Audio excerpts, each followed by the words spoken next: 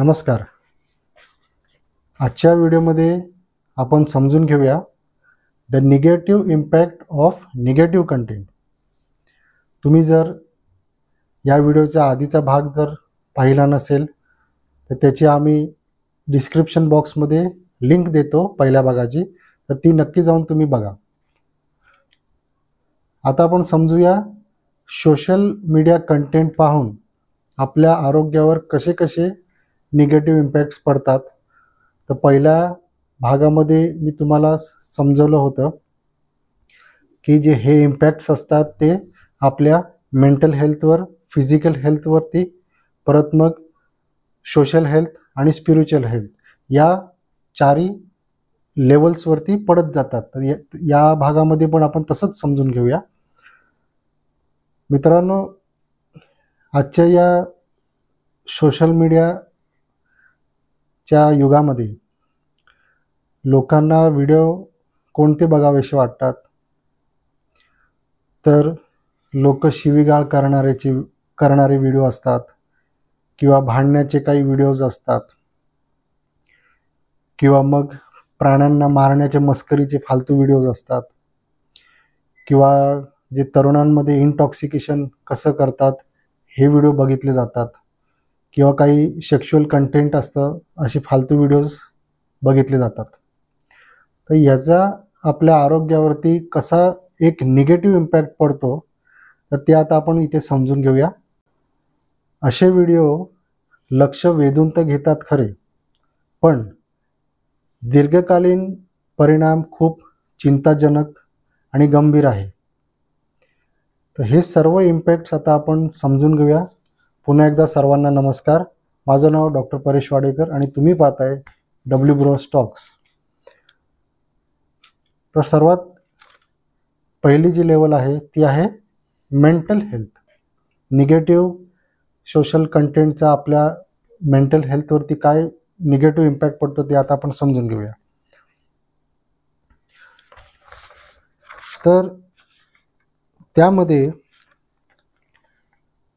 Positive content पाहून जसे positive effects impacts mental हेल्थवरती पडतात, त्याच्या बरोबर विपरीत परिणाम आपल्या मेंटल हेल्थवरती पडतात.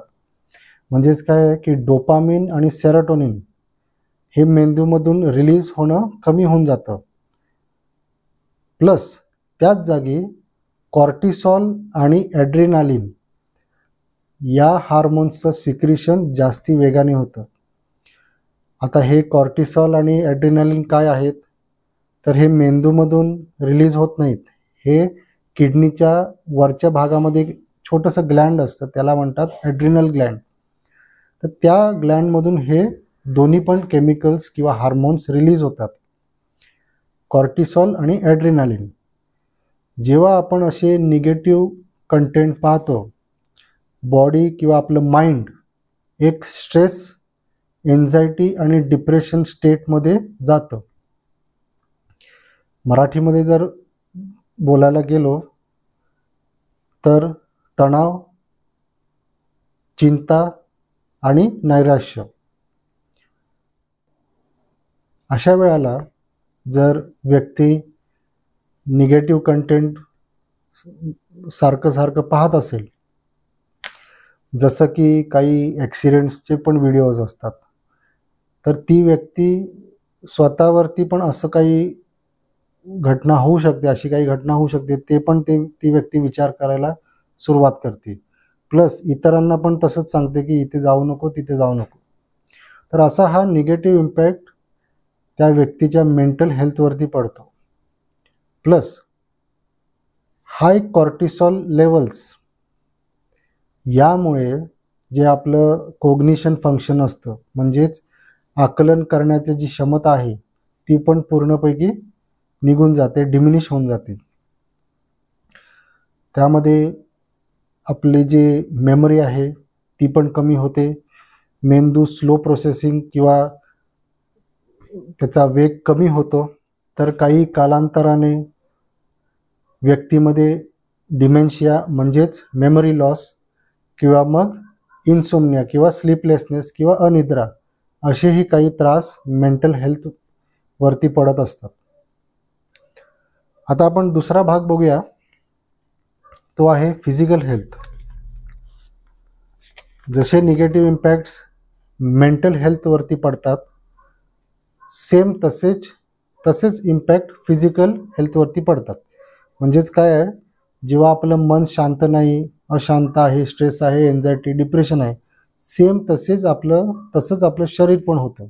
मग ते आपलं शरीर पण स्ट्रेस लेवलमध्ये असतं, काही उत्साह करण्याचं काही आपल्याला एक ऊर्जा नसते, किंवा सारखं आपल्या शरीरामध्ये थकाव किंवा लेथार्जीपणाचा एक भाग येतो.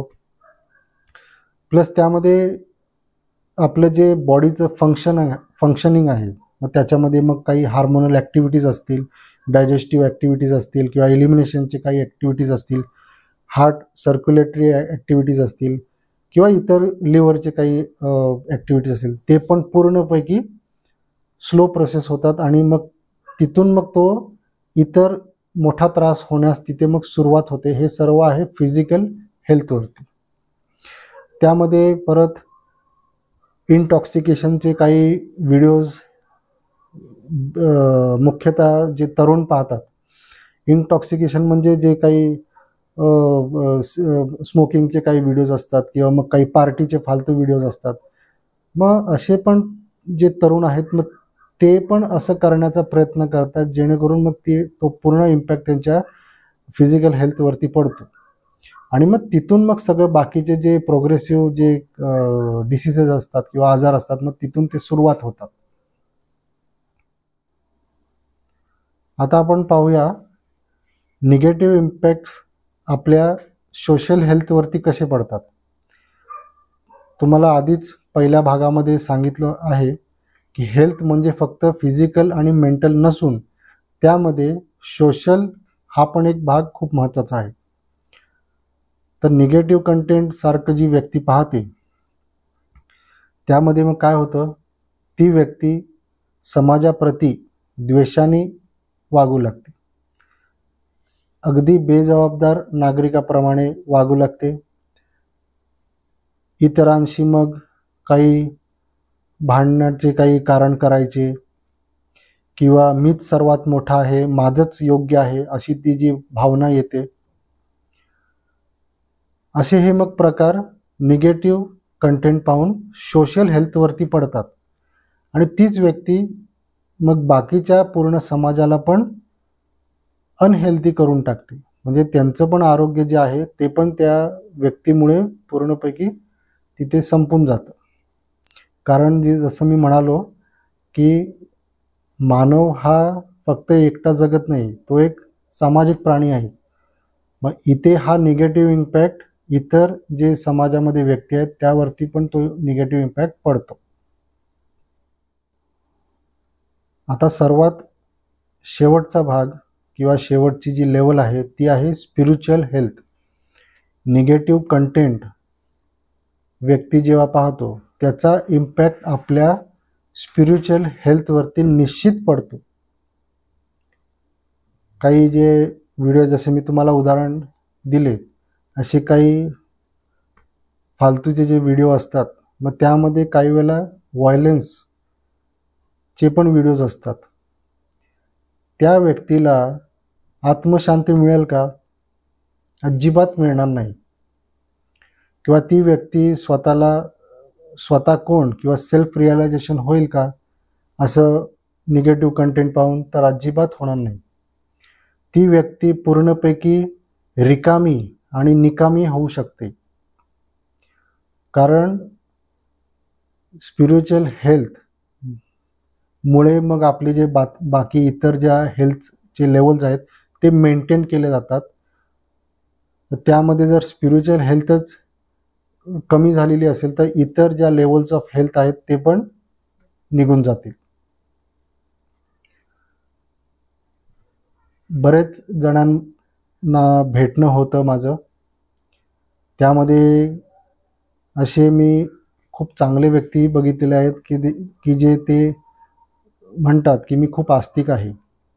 पण अशाच वेळेला काही व्यक्तींना मी बोलताना पण पाहिलं आहे की मी नास्तिक आहे. नास्तिक म्हणजे काय, याचा अर्थ काय आहे? आपलं जे पूर्ण जीवन आहे, आपल्याला जे आपलं आरोग्य मिळालेलं आहे, त्याचे आपण धन्यवाद व्यक्त केले पाहिजे त्या अध्यात्माला. तर असे नास्तिक लोक ना, ती बुद्धी कशी येते नास्तिक बोलण्याची, जेव्हा हे असे काही फालतूचे निगेटिव्ह कंटेंट सोशल मीडियावरती बघतात तेव्हा. इथपर्यंत व्हिडिओ पाहिल्याबद्दल तुम्हा सर्वांचे धन्यवाद व्यक्त करतो आणि आभारी आहे. तुम्ही जर पहिला भाग पाहिला नसेल तर आम्ही त्याची लिंक डिस्क्रिप्शन बॉक्समध्ये आम्ही तुम्हाला पाठवू किंवा त्याच्यामध्ये देऊ.